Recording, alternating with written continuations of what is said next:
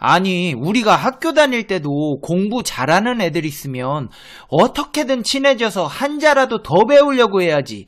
자기 뒤처진다고 그 공부 잘하는 친구 도시락 뺏어먹고 공부 못하게 방해하고 그러면 본인 성적이 오르겠어요? 페페TV, 대한민국을 대표하는 시사 경제 채널 페페TV에서 알려드립니다. 대한민국의 발달된 기술력은 4차 산업, 신재생 에너지, 조선업, 농업, 문화계 전반까지도 일본을 압도하고 있어 그동안 일본이 차지하고 있던 밥그릇들을 다 뺏어오고 있습니다. 아베가 안절부절 못해 어떻게든 한국에 시비 한번 걸어보려는 것도 밥그릇 뺏기는 상황을 지켜볼 수만은 없다는 한나라 정상의 마지막 몸부림입니다. 오늘 이 시간에는 일본이 그동안 빨대 꽂고 꿀 빨아먹던 아시아 시장, 그 중에서도 싱가포르의 사업권을 한국이 다 뺏어오고 있다는 현 상황에 대해 보다 심층적으로 분석해 시청자 여러분의 시사 경제 상식의 격을 높여드리는 팩트 맛집 팩트 폭격기 페페TV에서 팩트로 제대로 털어드리겠습니다. 페페TV 팩트 체크. 싱가포르의 면적은 692.7제곱킬로미터로 한국의 서울보다 조금 더 넓고 인구는 서울의 절반 정도인 567만 명의 작은 나라지만 결코 무시할 수 없는 경제력을 지니고 있습니다. 인간 개발 지수는 전 세계에서 11위, 아시아에서 1위를 차지할 정도로 높은 편입니다. 1인당 명목 국민소득은 5만 달러, PPP 환산 국민소득은 6만 달러에 달하며 1인당 외환보유고는 세계 최정상권입니다.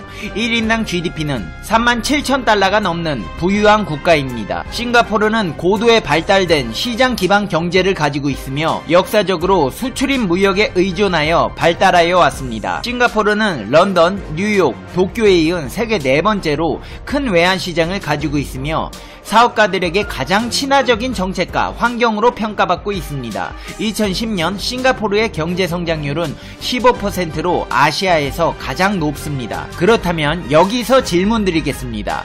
일본의 경제보복으로 한일 관계가 악화되고 있는 가운데 갈등이 고조되고 있던 작년 말에 싱가포르는 어느 나라 손을 들어줬을까요? 한국 편을 들어줬습니다. 그것도 아주 대놓고 국제회의에서 일본을 겨냥해 비판의 목소리를 냈습니다. 이는 국제회의에서 아주 이례적인 사건이었습니다. 태국 외교장관 회의에서 한일 외교장관의 설전이 오간 뒤 마이크는 싱가포르에 넘어갔습니다. 비비안 발라크리시난 싱가포르 외교장관은 준비한 원고를 읽지 않고 솔직하게 말하겠다고 포문을 열었습니다. 일본이 아세안 국가를 하나도 화이트리스트에 포함하지 않았다며 한국을 뺄 게 아니라 백색 국가의 범위를 아세안으로 늘려야 한다고 지적했습니다. 이는 앞서 고노 일본 외무상이 한국이 백색 국가에서 빠지더라도 아세안 수준의 대우는 받을 것인데 무엇이 문제냐는 궤변을 늘어놓은 데 대한 답변이었습니다. 국제회의에서 특정 국가를 상대로 직접적인 비판이 나온 건 매우 드문 일입니다. 이에 덩달아서 왕이 중국 외교부장도 싱가포르 외교장관 발언에서 좋은 영감을 받았다며 아세안과 한중일은 하나의 가족이 돼야 하는데 이런 문제가 생겨서 굉장히 유감이라고 밝혔습니다. 또한 상대방에 대한 신뢰와 선의로 문제를 해결해야 한다고 덧붙였습니다. 예상치 못한 국제사회의 쓴소리에 고노 일본 외무상은 잠시 당황한 모습도 보였습니다.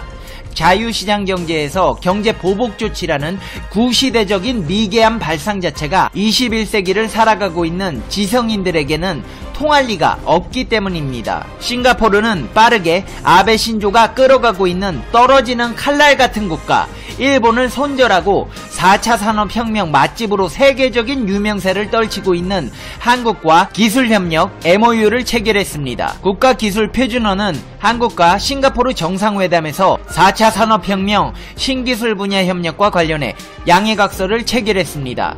양해각서에는 표준화, 법정 개량, 적합성 평가, 기술 규제와 함께 스마트 시티 등 분야에서 한국과 싱가포르 양국이 정보 교환을 추진한다는 내용이 담겨 있습니다. 특히 국제 표준화는 정부가 추진하고 있는 한국 아세안 표준화 공동연구센터 설립에 추동력을 얻게 하는 초석이 되었습니다. 특히 싱가포르 싱가포르 정상은 아세안 국가 가운데 싱가포르는 한국의 제3위 교역국이고 가장 많은 우리 건설기업이 진출해 있다며 싱가포르 역시 한국에 많이 투자하고 있고 한국과의 교역 비중이 높다고 평가했습니다. 그러면서 양국의 인적 교류도 해마다 늘어 지난해 역대 최다인 86만 명을 기록했다라며 부산과 싱가포르 간 직항 노선을 개설해 더 많은 양국 국민이 오갈 수 있게 됐다고 밝혔습니다. 여기에 더해 한국과 싱가포르 양자 관계는 정말 돈독하다면서 고위급 관리 교류도 있었고 또한 경제 관계도 견실해왔고 인적 교류도 계속적으로 이뤄졌다고 평가했습니다.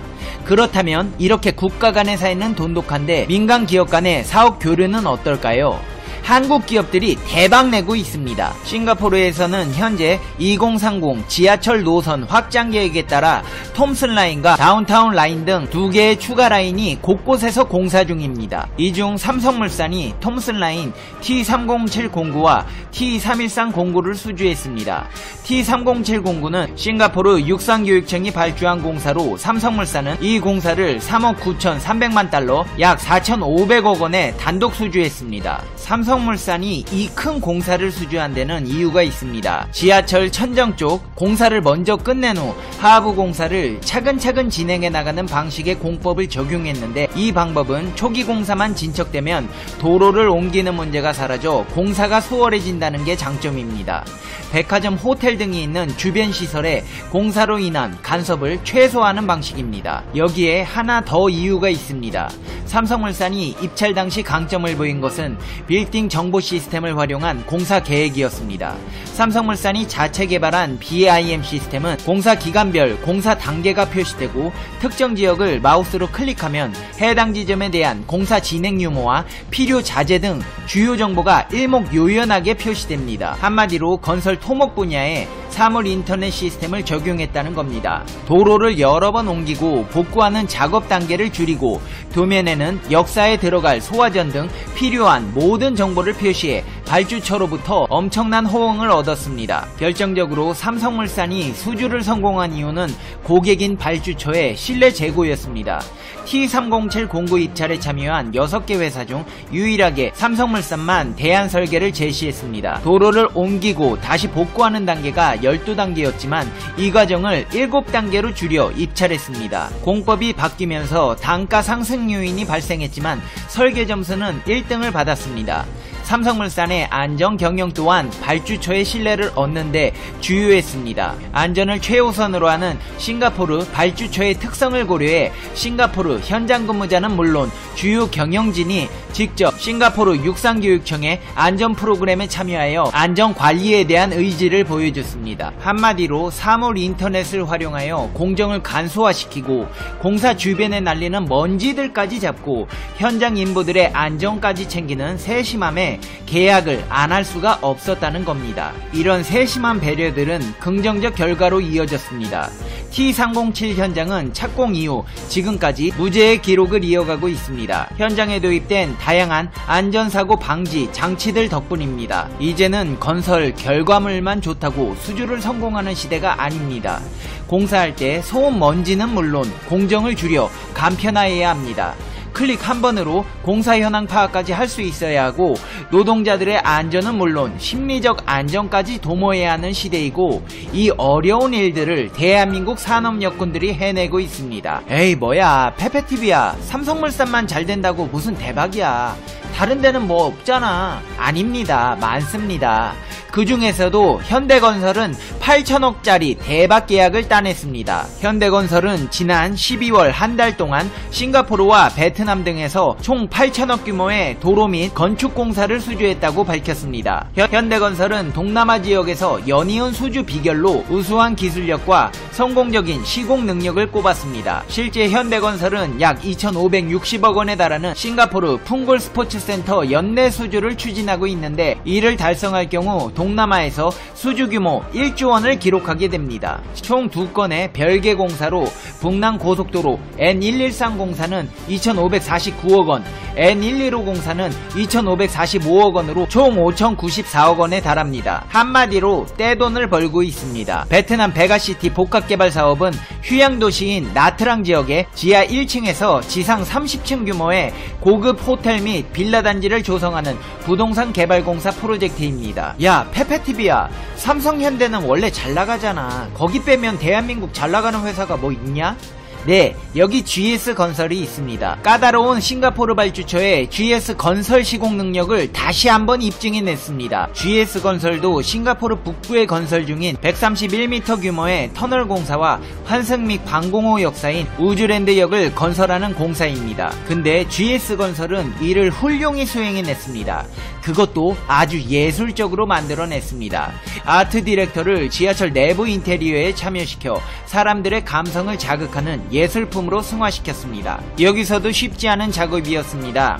까다로운 각종 인허가 절차와 예상치 못한 난관들로 관계자들은 한순간도 마음을 놓기 힘들었다고 토로했습니다. GS건설은 직접 발주처를 찾아가 수십 번 설득한 끝에 공사 허가를 받았고 단 한 건의 안전사고 없이 멋지게 파일 공사를 마무리했습니다. 지난 2009년과 2011년 싱가포르 육상교육청은 도심 지하철 2호선 10개 공구, 3호선 18개 공구 등 총 28개 공구를 발주했습니다. 이 중 한국 건설사가 가장 많은 10개 공구를 수주해 세계적으로 인정받는 건설 강국임을 입증한 바 있습니다. 지난해 3월에는 역대 최대 규모 공사인 1조 7천억 원의 빌딩형 차량기지 공사 T301 프로젝트까지 수주해 싱가포르 지하철 공사로만 7건, 금액으로 약 3조 2천억 원에 이르는 누적액을 기록했습니다. 한마디로 이렇게 GS건설도 떼돈을 벌었습니다.